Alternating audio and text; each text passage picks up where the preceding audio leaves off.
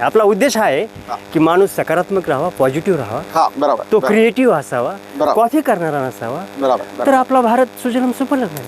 बरोबर बरोबर. ठीक.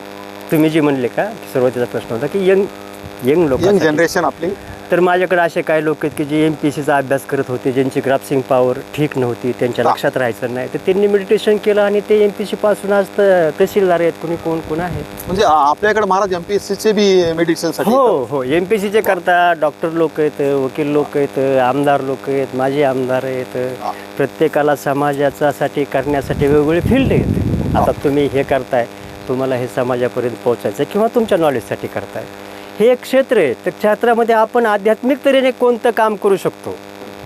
आता समाजकारण करायचं का राजकारण करायचं, तर समाजकारण जर केलं तर आपण आध्यात्मिकच्या आधारा घेऊन आपण समाजामध्ये सुद्धा भरपूर सामाजिक काम महाराज थोडंसं मी तुम्हाला हे थांबवतो. महाराज, आता तुम्ही असं म्हणता की आमदार आणि खासदार सारखे लोक बडे बडे प्रस्त की ज्यांच्या समाजावर बरीच काही छाप असते, MPSC झाले स्टुडंट, तहसीलदार, नायब तहसीलदार, असे ते बरे काही झालेले असतील, ते आपल्याकडे मेडिटेशन करायचं अशी काय जादू आहे तुमच्या मेडिटेशन? म्हणजे नेमकं लोकांना असं काय असं करू शकता?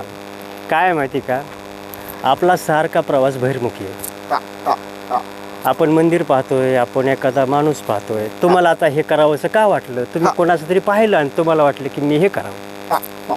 मी समजा एखादा कलेक्टर पाहिला, एखादा आमदार पाहिला, त्याची तर रुबाब, गाड्या घोड्या, माणसं, सन्मान, तर मला वाटतं की आमदार व्हावं. पण ॲक्च्युली हु इज मी कोण आहे याचा जो शोध घ्यायचा आहे, तर तो माणूस मेडिटेशन करतो.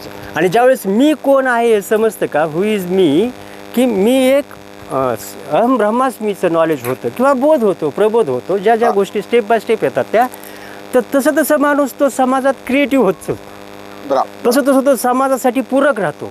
मग समाजाला तो माणूस हवासा वाटतो. मग असा समन्वय साधतो. आणि सन्मानाने पोट भरत नाही बाबा, परंतु सन्मान माणसाला आवश्यक आहे. तुकाराम महाराजाला सन्मान नव्हता, परंतु काही लोक त्यांना सन्मानित करत होते. आज आपण ज्ञानेश्वर महाराजाला 750-800 वर्षानंतर सन्मानित करतो. तर ते एनर्जी फील होईल किंवा नाही होईल, त्या काही दिवसांनी होईल.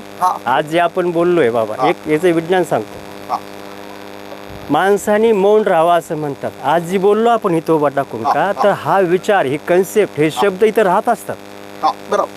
आणि कोणाला ज्याला गरज आहे का, तो इथं येत असतो, तो ऐकून जात असतो, त्याला ते विचार येतात. एखादी कन्सेप्ट तुम्हाला असं कित्येक वेळ झाला असेल की अरे मी याच्याबद्दल कधी विचार केला नाही,